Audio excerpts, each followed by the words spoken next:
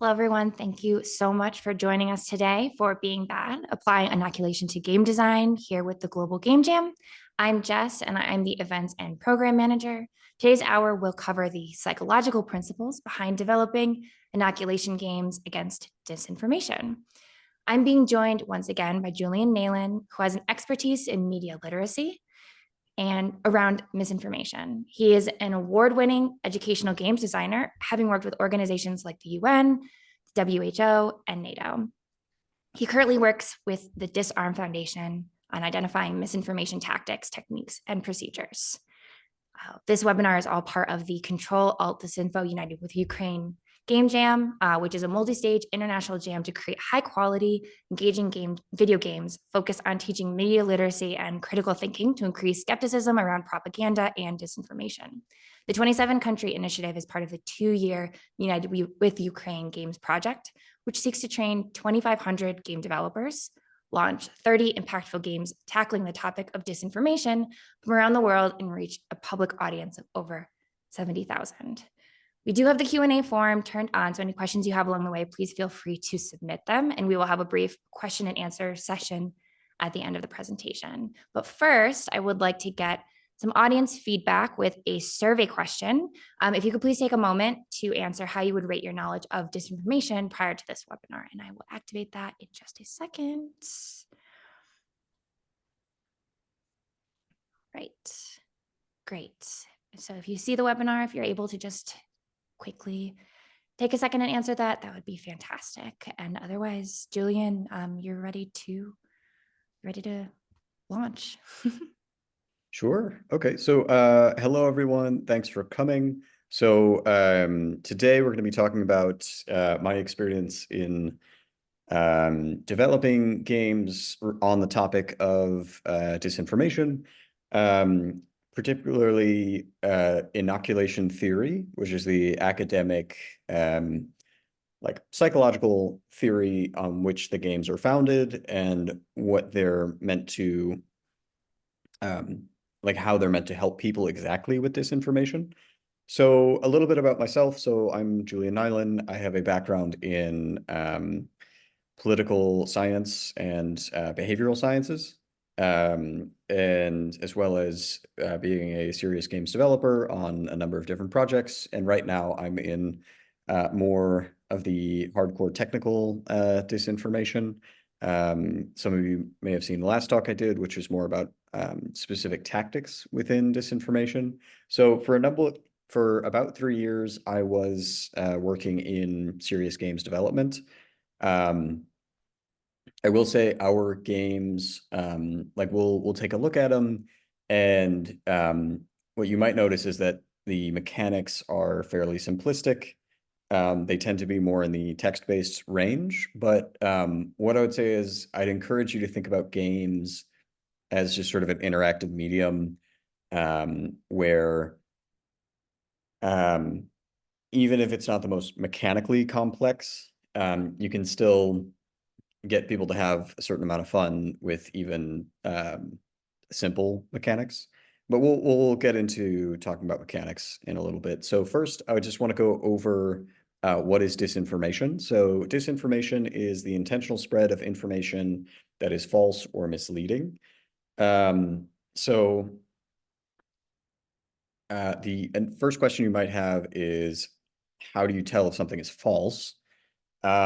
Which is a great question. So we generally go by sourcing. So one of the definitions of disinformation has it as disinformation that goes against the scientific consensus. So that's, a bunch of scientists get together and agree on something, which is not foolproof. There was a certain point when most scientists agreed that the Earth was the center of the universe. And there was one rogue scientist who was crunching the numbers who, found that the sun was the center of the universe. So just because it's a consensus doesn't always mean it's true. But in general, with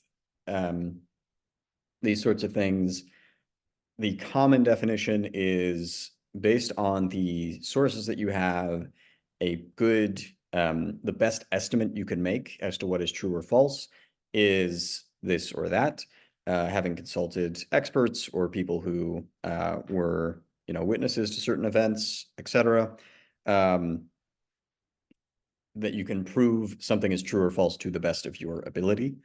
So the other part of disinformation is intentional. So misinformation is the unintentional spread of false information. So that might be like if you have a relative who sees an article that says that, tea is going to make you die in 3 years if you drink tea.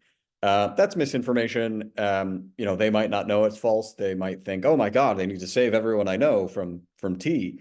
And obviously that's not an example that, happens. That'd be pretty silly, but people do find information and not, they often don't check the sources, really even read the full articles from which they come from. So that can be the unintentional spread. Disinformation is when it's intentional. So if I'm sitting behind my laptop and I,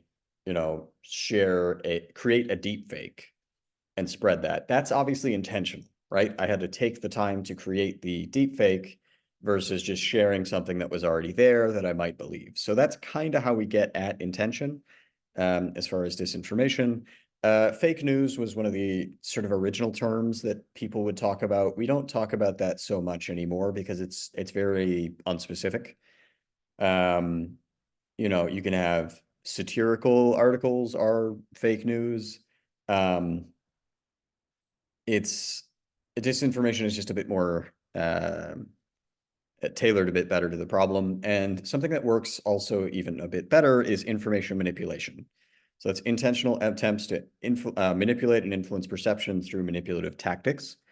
So disinformation, misinformation, there is the concrete lie, right? Something is false. Something is not true. Information manipulation is something we see just as often where it's using the features of online platforms to distort people's perceptions. So for example, if someone creates 500 bot accounts and they have all of those accounts like a post, that's information manipulation. So it's not that the post that they're liking is false or a lie. It's that they're making it look more popular. They're manipulating how popular something looks, which is in a way is kind of the lie of that. So information manipulation can be creating deep fakes, fake accounts that are making something very popular, fake audio. So things like that. Also changing the context. So if I show you footage from an earthquake and I say, this happened last week in Brazil, when the footage is actually 10 years older, that's sort of manipulating the context around information. So that's the quick overview of disinformation.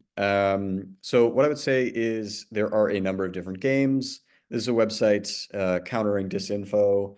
For those of you who are looking to participate in this challenge, I would or to create counter disinformation games, I would highly encourage you to check out not just the games that I have created, but what other people have as well.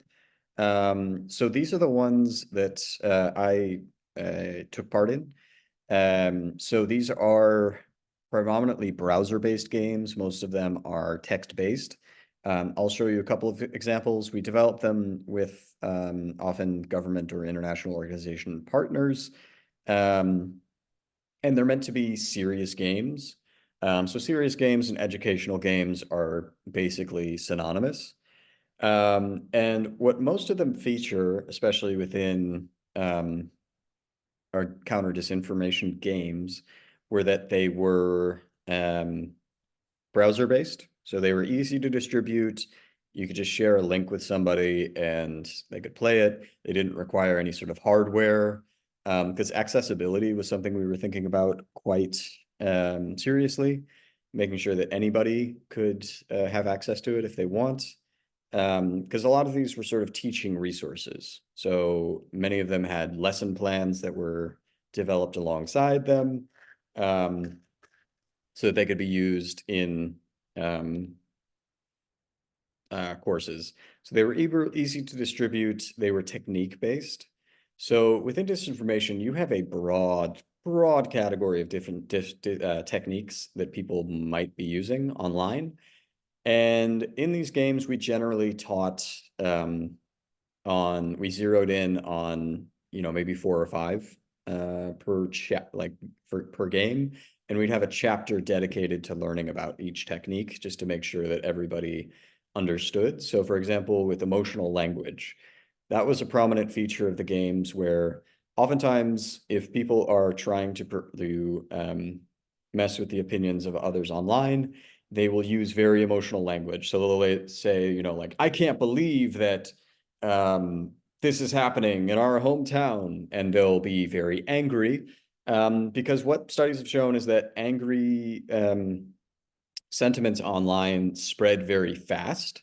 So people tend to react quite viscerally to emotional things that they're hearing, whether they feel scared or angry. So people who create disinformation campaigns like to generate those feelings because it gets a lot of engagement. It spreads on algorithms quite quickly, sort of emotional language. And it also, when people are emotional, their rationality and their thought process is a bit different than when they're just sort of neutrally observing. So, if somebody says, I can't believe this happened, you'd be more likely to agree with their outrage, as opposed to taking an objective look, trying to gather more evidence about the situation. So that's a common thing that we see online. Trolling and harassment, and we can get into this a bit further later, but there are people who just for the fun of it like to harass other people or yeah, make their content look artificially popular. So the aim of these games was to help people develop critical thinking. So we were developing games that taught people what the bad actors were doing. So what people who were spreading disinformation were doing, so that when they saw, oh, that person's trying to make me emotional, or that person is trolling me, they would be less likely to fall for it or believe what these people might be saying. And to sort of think a bit more critically about the content they were looking at. The games were also intended to be a bit playful, a bit lighthearted, but also kind of sarcastic. Because a lot of educational games are very like, woo, you did it at every minor thing that you do, because a lot of them are designed for specifically children. We were going for sort of a more middle school, high school, college, adult range. So this is an age range where people are especially high schoolers. High schoolers hate everything, like absolutely everything. Like anyone who's ever been to high school, like your teacher gives you something to do and you're like, oh, I can't believe I have to read this book or, do this math. So the idea was that if it was a bit more sarcastic, if it was something that wasn't really treating our players like they were babies, like, treating them like they were competent people who could understand it, that they might be a bit more receptive to the message. So yeah, the goal was just to make high schoolers not hate us. And I hope we succeeded. I have no idea. So part of that is that it's from the villain's perspective. So in these games, you take on the role of someone who is conducting a disinformation campaign. That is useful as a perspective-taking exercise. So that we had a number of academic studies that were conducted on the games, and I'll talk a bit about that more later. But it was, not only a bit more fun to be a bit more edgy and, you know, sarcastic in being the person who is spreading the disinformation, but this could show you a bit more concretely that people are using these tactics very cynically, these techniques, to try to achieve goals. And that, as a media consumer, you should try not to fall for the techniques that they use when they're trying to trick you. So, predominantly in the games, you are someone who is creating disinformation or causing a ruckus online. And that perspective is meant to be scary. So at least a little bit, in that at a certain point in the game, always, you are encouraged by the narrator to create disinformation. And if you ever try to get out of it, the narrator sort of talks you out of it. And at a certain point, you're supposed to recognize that this has gone too far, that like what was sort of innocent online trolling has instead become quite a bit, caused real world problems. So there was a little bit of controversy. Some people didn't understand exactly what we were doing. They were like, why are you teaching people how to make disinformation? That was not the goal. The goal was that like people are being messed with anyway. We might as well teach them how they're being messed with. So to empower people to, look at the content they're seeing online, recognize when techniques are being used against them. And we kind of felt the only way you could do that is by, if they really understood who was kind of out there using bad techniques. Because there's people whose whole day job is to pretend to be someone in a different country who has certain political viewpoints or certain ideological viewpoints, and to try to convince other people in that country of that. Like that is a real phenomena that has been observed. So just to prepare people against that. So the idea is comes from inoculation. So you have a sort of psychological vaccine. Basically, we're just teaching people things. The academic side of it, like, yes, it is a well-established psychological principle that if you show someone the techniques that they might be manipulated with, they're ready for when it happens in the real world, or the techniques or the tactics. And this is a principle that was sort of established around like the 1960s. There was a lot of ideas about it was, the height of the Cold War, and psychologists were trying to figure out how to make people more resistant to messages that they were hearing from outside. So the part of the goal was to give people the messages that they might hear preemptively, prepare them so that they might hear that, and then they might be ready for it in the future. So this is the same, but with the online environment, and it's not really about messages. We don't really get into, the content is false, but there isn't meant to be sort of an ideology behind these games. It's more so about like, okay, they're using bots, or they're using emotional language, or they're using trolling. It's really about the techniques and that focus, to just teach people, because, at the end of the day, they can believe whatever they want. But if, what they're putting their trust in is a bot account that was created by somebody,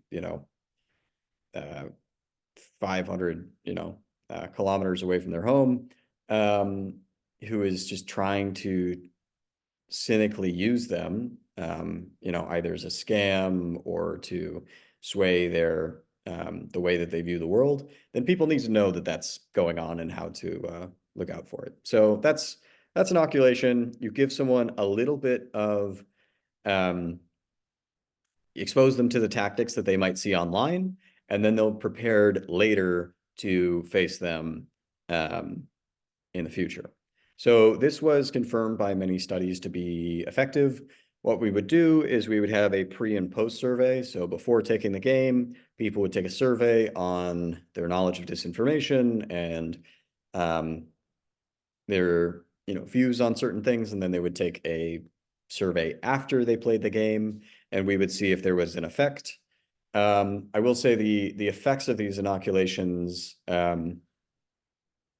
it was not that you were inoculated one time and you were ready for the rest of your life to face deception online. the effects kind of tended to dwindle down a little bit after they played it. So it would be they'd play the game and then, eventually people forget about things. So there have been attempts to make it last a bit longer. These sort of inoculation effects have it stick in people's minds a bit more, or just sort of establish that this was a lesson that people had learned at one point. But overall, it was quite an effective way to boost people's understanding of what was going on online. So yeah, so more specifically with the techniques, so I mentioned trolling people, deliberately provoking people to react emotionally and provoking outrage. That's been confirmed in a number of studies to be a, tactic used by disinformation campaigns to try to inflame tensions online to try to create action, exploiting emotional language. As I mentioned, disinformation actors will try to make people afraid or angry about a particular topic.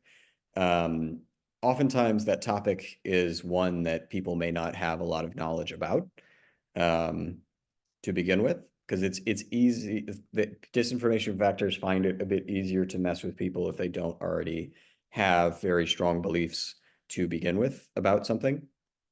The next part, artificially amplifying the reach and popularity of messages. So this is what I was talking about with social media bots. And just to be clear, when I'm talking about bots here, bots are software programs that are meant to run fake accounts. So the account, is opened, and the software program is programmed to, every hour or every certain amount of time period, post content, and it may be crawling through the web to find content that fits the narrative they're trying to spread. But yeah, another thing is buying fake followers. So you have things like farms where, you'll just have somebody who's in a room with like 500 telephones and they're just liking and engaging with various pieces of content. So, people can buy popularity nowadays if they really want to. So that's something that the public needs to be aware of, is if they see something that's very popular, it might not be like realistically popular. It might be amplified by bots or, fake followers. Otherwise, creating and spreading conspiracy theories. So blaming a small, secretive, and nefarious organization for events going on around the world. So conspiracy theories are interesting. They're often they vary quite a bit between who people think the small group of people who are messing with the world are. They tend to appeal to people's sense of injustice when they see that, people are being manipulated. And, the reality of the modern world right now is that things are very complicated, and conspiracy theories can sort of help to explain to people in a very simple narrative format how things are working, and specifically how they're not working out well for you. So people are more likely to believe conspiracies if things in their own life, like they don't have a sense of agency, they don't feel like they have control over the way things are going, either personally or as a broader part of their community or society. So it's easy to believe that there might be some sort of manipulating force out there that is preventing them from living their life the way they want to. And there are lots of problems in the world today, and there's lots of people with bad intentions. But that doesn't mean that every conspiracy theory is correct. There are a lot of them that are pretty outlandish. And conspiracy theories are something that's existed for a long, long time. The Illuminati, the Freemasons in the US, all sorts of things. And they can vary with regard to how, harmful they be. Like some conspiracy theories are absolutely harmless. Like if you believe in Bigfoot, that doesn't have a negative impact on people. That's just fun. But sometimes conspiracy theories can lead to sort of bad outcomes where people who are being blamed unnecessarily for things that are not their fault. Okay, polarizing audiences. So that can be deliberately emphasizing and magnifying intergroup differences. So this is a common thing, especially in foreign disinformation, is trying to inflame tensions within a target country. We see that coming in, where if there are divisive issues, a lot of arguments, then people online sort of make sure to capitalize that and push the groups further away so that they can no longer have intelligent discussions about what they're seeing, but instead are so far apart that they are just mad and get angry at each other. So anyway, the effects of the games, we have, you call it a vaccination with inoculation, but really it's a 5-minute game. After playing Bad News, players were 21% more able to spot potentially fake news items, which is pretty good. People who played inoculation games were able to find social media content, manipulative social media content, significantly less reliable. So, posts using emotional language or trolls trying to be provocative. We allowed people to have a bit of cooler head when they were looking at these things. They made people significantly more confident in their ability to spot manipulative content. So not just that they can spot it, that they feel like they're better able to, empowered to, all of that, are significantly less likely to report sharing manipulative social media content with others after playing. So, they're able to see fake content. They're less likely to share it. Overall, pretty good effects with what we were trying to do. So the gameplay wise, so I know many of your game developers, that's your main interest. Gameplay wise, these are pretty simple games. So they're text-based. You have a limited number of options of choices. They're based in a browser. Your choices dictate your sort of overall score of how many followers your account has. The only sort of lose condition is if your credibility goes down. So if you sort of lose touch with your audience. And through these simple mechanics, it's a pretty short game. So we decided to keep the mechanics pretty contained because if we already have to teach people about a subject and we have to teach the mechanics, that's a bit much. So these are all browser-based. I can sort of show you what it looks like. We're not talking about the craziest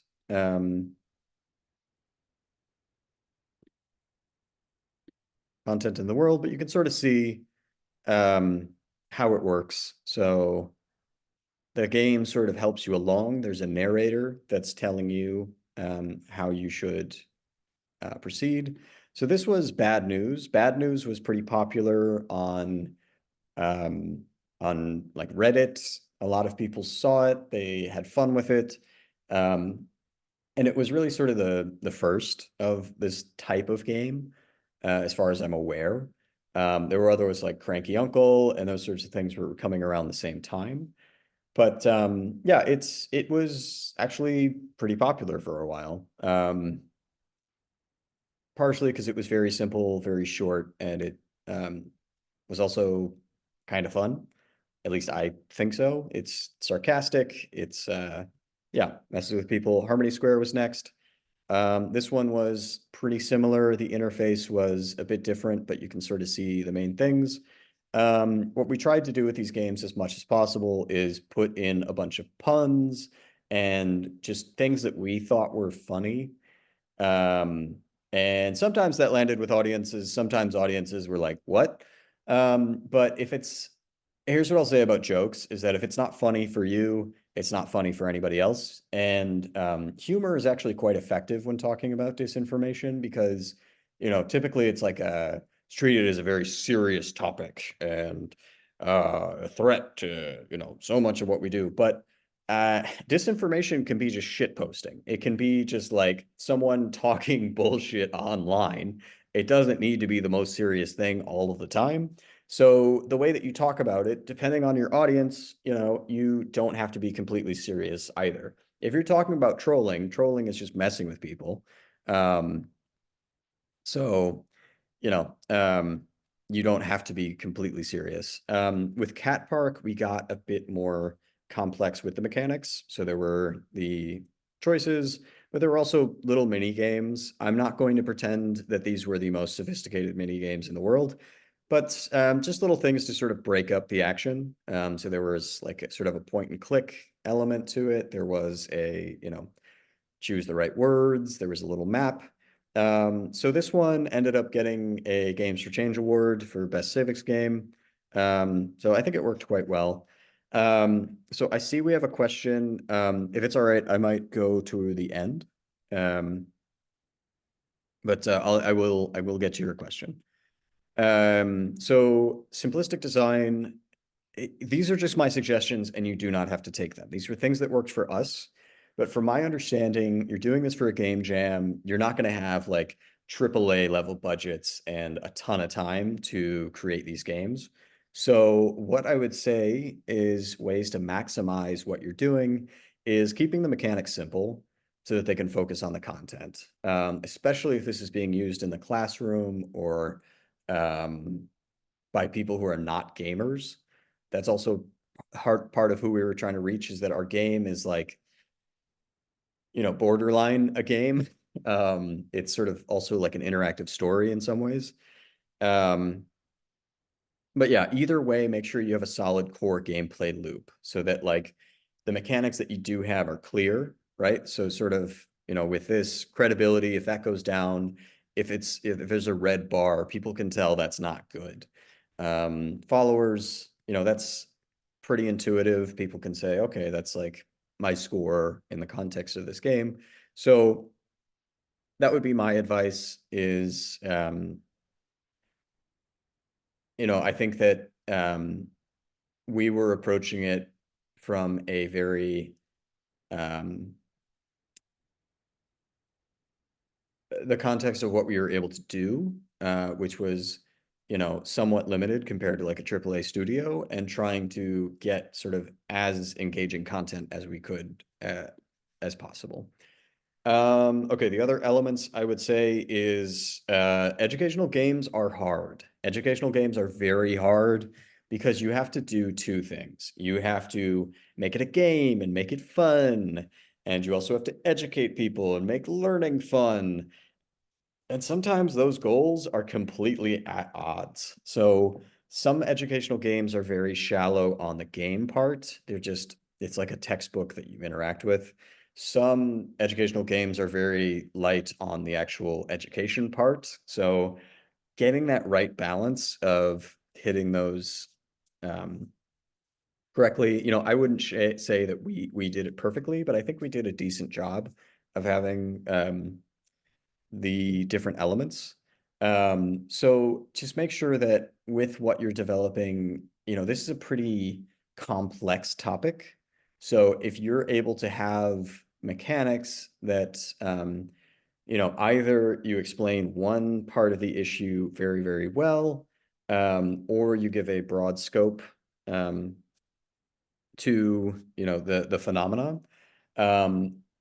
I would just make sure that you are asking yourself the questions, is it fun and are they learning? And at the end of the day, just do your best. Because just understand that balance is tough. It's tough for everybody in this space. So what can help is having structure. So we had chapters and modules. So like they're going to learn this thing when they do this 1 minute of gameplay. So that helped to do the educational component. And then the gamification, it was always good to have just a run through. If you can do tabletop exercises, that's a good way to just like, draw out the interface of your game on a piece of paper and essentially just play it out with other people, even before you design any sort of interface or technical element to the game. Because that's a good just litmus test of, is this actually any fun at all? Okay, sometimes haters gonna hate. So people are gonna criticize the decisions that you make no matter what. There's, hardcore gamers are gonna want a hardcore game. educational people are going to be like, you know, why does this not inform me about every element of disinformation? Just make a game for yourself. Don't make a game for other people. Make a game you would enjoy. So we got some criticism from some random guy who yells on YouTube. And that just kind of is what it is. Other things about game design, try to avoid complete linearity. So lesson plans when you're making educational content are usually, first you learn this content, and then you learn this content, and then you learn this.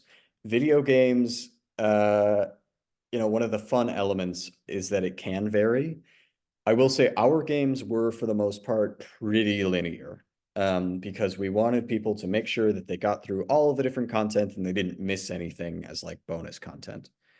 But having a decision tree might be a good option, especially if you do a dialogue-based game like we did, and try to make it so that like if they make different choices, their actions have consequences. That's going to depend on how much time you're willing to, or you're able to give to the project, and if you can create animations for different contexts or even just different storylines. So I would say our games were pretty linear. I would actually have liked to make it a bit less linear, but here we are. But that's something that you all can do. Okay, so I would say another one thing, if you're going to go text like we did, people hate reading, so just keep it short and snappy. Just like one sentence, click, one sentence, click. A long paragraph, you're going to lose people really fast. So I would say the best examples, like if you do use text, Disco Elysium has actually huge paragraphs of text, but the writing is so good that it's worth it. But really, what I would say is Ace Attorney. If any of you have played Ace Attorney, it's phenomenal. I love it. It's just so zippy and fast, and you get a decent amount of information across from very short sentences. Yeah, Slay the Princess is also a recent classic. So if you're going to use text, don't view it as a constraint. View it as something that can be awesome when done right.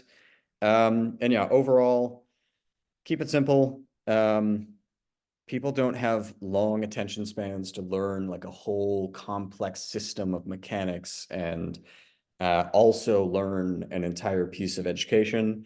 I, again, highly stress you to just keep it short, keep it simple, 5 to 10 minutes of gameplay, especially if it's for a jam. Because especially with a learning game, you're not gonna, unless you have learning content for like an hour, your lesson should be pretty easy to digest and short, optimally. The best teachers are able to do it quickly and say what they're trying to say in everyday language that is accessible. I'd also encourage you to draw from the real world. So the tactics that we used of like emotional language, trolling, polarization, those are all things that were observed in academic literature as happening within the field of disinformation. I did a talk last time about like specific tactics. I would say that tactics in the real world that are interesting are things like website impersonation, where you can create an exact copy of a website and send that to people.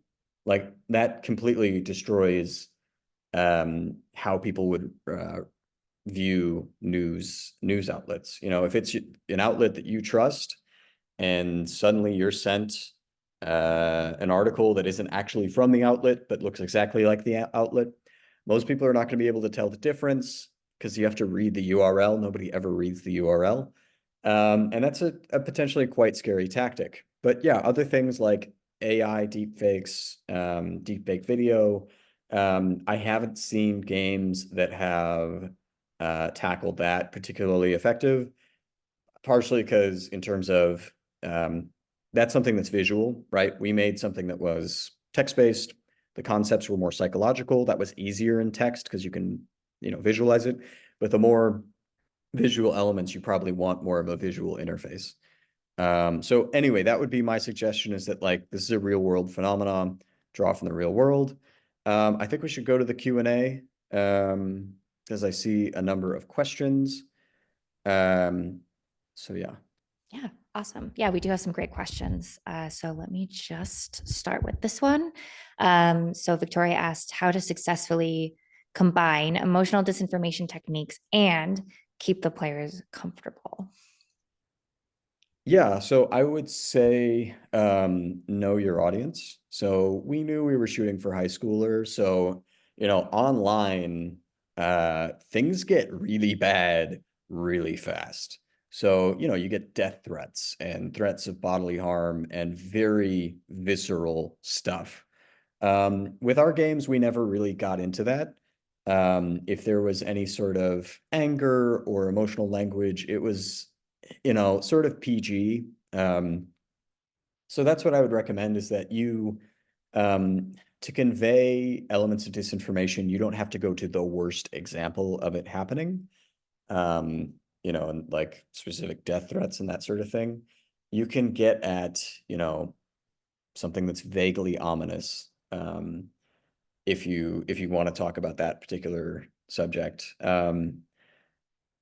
So yeah, I would say, know the audience that you're going for and, go with an example that gets the message across, like, yeah, people online can be horrible, but, without going to the nth degree. Great. You touched a little bit about paper prototyping, which I think really would be so helpful before you're getting into designing the game, because it does allow you to visualize what the game will look like before you actually go forward and create it. And I think this question touches on that is, do we need to make lesson plans for the games? I'm not sure if that was a more broad question about the game specifically, but just in terms of what you were touching about on the paper prototyping. Yeah, yeah. So, I mean, what I would say, and I think that ties in with another question as far as like, am I, a judge for the GGJ? I think right now, uh, I'm not really slated to be, but what I would say is, with lesson plans, that can help you focus what you want people to know at the end of your game. So, you know, a lesson plan is potentially something that's quite long. If you're trying to teach people something that's very short, for example, if you're trying to teach people that like, AI audio can replicate voices, right? That's not something that you need a fully fleshed out lesson plan for, but I think it might help you get it on paper what you want to tell other people. So yeah, I would recommend doing it, but don't make it so that you have like a 40-page document on what you want to do in a 5-minute game. But just general touch points. What do you want people to know after they played the game? Perfect. So the next question that I have here is from Alexi. So as far as I understand, quite often people are susceptible to dis or misinformation, manipulation that fits their pre-existing biases. Mhm. But these educational games seem to focus more on abstract cases, which are often quite absurd, which may mean that the players might not recognize similar situations if the disinformation fits their biases. And what are ways that we can teach fighting biases? That's a great question.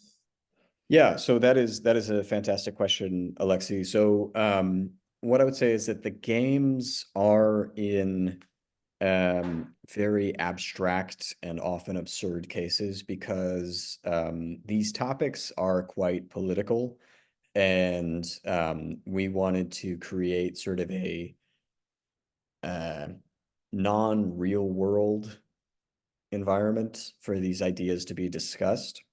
Um, so that's just another thing I would tell you in general. I don't know, the exact political climate in which you're operating, but um, if I would say draw inspiration from the real world, but at the end of the day, you are developing something that is its own world. But to get to the point of biases, We sort of tried to touch on that with creating sort of two camps. And then, once you start to feed people information that they already believe, they're very receptive to it. It wasn't really one of the main chapter goals, as far as lesson planning. So we vaguely touched on it. But I think that is an interesting concept you could build a game out of, in that people are, make decisions based on the information that they have. And sometimes they're not operating with all of the knowledge they would need to. And biases are something that people use to save time. If you wanted to make an informed decision about how trash is collected in your city, you could read up on everything about relating to trash collection. Or you can just kind of rely on anecdotes from people in your town to say like, oh, trash isn't being collected fast enough, or all of that. These sorts of bias confirmation things tend to come from an inexact picture of what people are looking at. I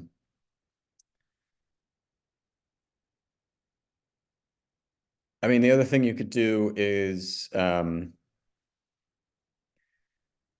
so our games, sort of psychologically mess with people in that you're having people, you're like, hey, just for fun, you should spread this information. And then they eventually realize that that's, a thing that has negative consequences and it goes too far and gets out of hand. You could have a narrator that is, um, you know, feeding into certain biases, and then eventually you could flip it on the player to be like, okay, you have been going along with this narrator who's been going down sort of a rabbit hole of biases. Have you ever like stopped to think about what exactly is going on here? There's definitely opportunities, I would say, in that realm. Sorry, last piece of advice. I don't know if you have the opportunity to do this or not, but I worked with psychologists at the University of Cambridge, and having that psychological foundation was very helpful. I don't know if you'll be able to work with academics or if you have the time or space. Typically, they're just looking to conduct research. So, they might not have like a huge ask from you. They might be encouraged, like very cooperative and actually want to do the project. So if you know of academics who are adept in bias confirmation that you can work with, I would highly recommend that. That's just kind of the final piece, I would say. Wonderful. If anyone has any other questions, please drop them into the chat. I guess I have one as well. Sure. How would you suggest elements of gameplay to impact players handling or building long-term skepticism and critical thinking habits? Is there anything specifically you would recommend incorporating? I know a lot of these are narrative-based games, but if somebody wanted to do something that was maybe not so narrative-based, is there anything you would recommend? Yeah, I would say so. The narrative base worked quite well for psychological techniques that we were seeing. What I could say, and video games are a great medium for this, is that getting at the technical techniques that we see in disinformation. So when someone's copying a website, showing people that that is a possible thing, that the morning news they look at might be actually a copy of it. You could make a gamified mechanic where you just create your own copy of a website, and obviously it wouldn't follow exactly how that works technically, but just show people that that is a possibility. Mechanics that go into deepfake creation or audio creation are less narrative based, but you can teach a very simple, effective message, which is that these technology is out there, the capability is out there, and I think the interactive medium of games is a great way to teach about that threat. So yeah, that would be my response. Wonderful. Thank you so much. Well, that about wraps it up. If anyone has any other questions, please let us know. But I do have a post-webinar survey as well that I will be launching. You'll see that pop up, and it will ask just how would you rate your knowledge of disinformation following the webinar?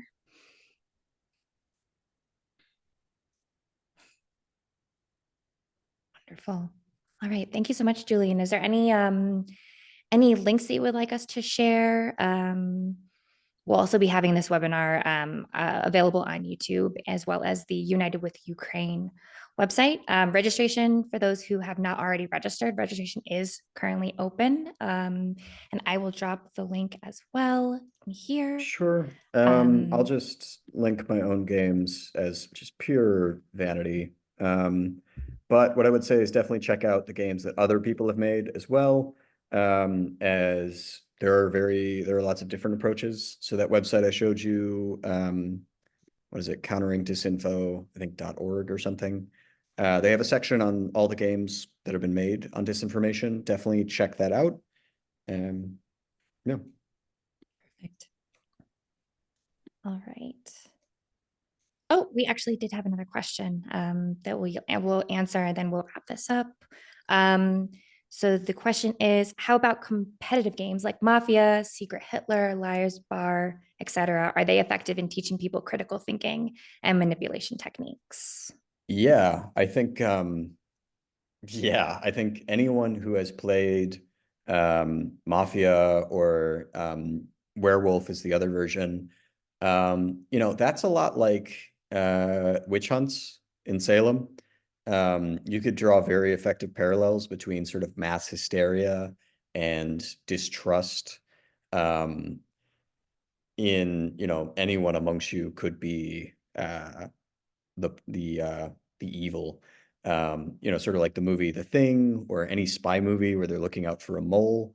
I think that teaches a very effective lesson about sort of bad faith actors, and people who are actively trying to do harm are not always going to be the most obvious. I think Secret Hitler is an educational game as far as I'm concerned. It has a very clear message, which is that you're not always going to be, it's not always going to be clear who is trying to manipulate a political process, and that it can take a lot to figure it out. So just how easily the average person does at Secret Hitler, where they're, in a game of, 7 people, 3 people are lying the whole time, just shows you how effective people are at doing that in general, which is a bit scary. And I think everybody learns a lesson of about how political systems can be seized by people who are being dishonest. Especially in Secret Hitler, when the people like start to get power as a mechanic, you can see how that escalates. So yeah, I think those games are very effective. I would be curious because I think with these game jams, as far as I'm aware, they're a bit less board game based, but if you can replicate those sorts of mechanics online or in whatever format you're able to do. And then I think you would need to add a little bit more elements, because the lessons of these games are slightly different. So, and yeah, Liar's Bar came out pretty recently. I haven't actually played that one. But just make sure that the lesson is sort of tailored to the online environment where we're seeing a lot of this stuff. But yeah. Wonderful. Thank you so much. So that's about it for the webinar. Thank you so much to everybody who came today and everybody who's going to be watching this afterwards. Again, the registration is open for the United with Ukraine Game Jam, and the website will be available as well on the YouTube link. So you'll be able to check out more information about what the 3 stages are for the Game Jam. Great one. Thank you so much, Julian. I really appreciate your time. Sure. And yeah, thank you for hosting, and thanks everybody who showed up, listened to me, yammer about all this stuff. And the questions were excellent. So yeah, thank you. Yeah.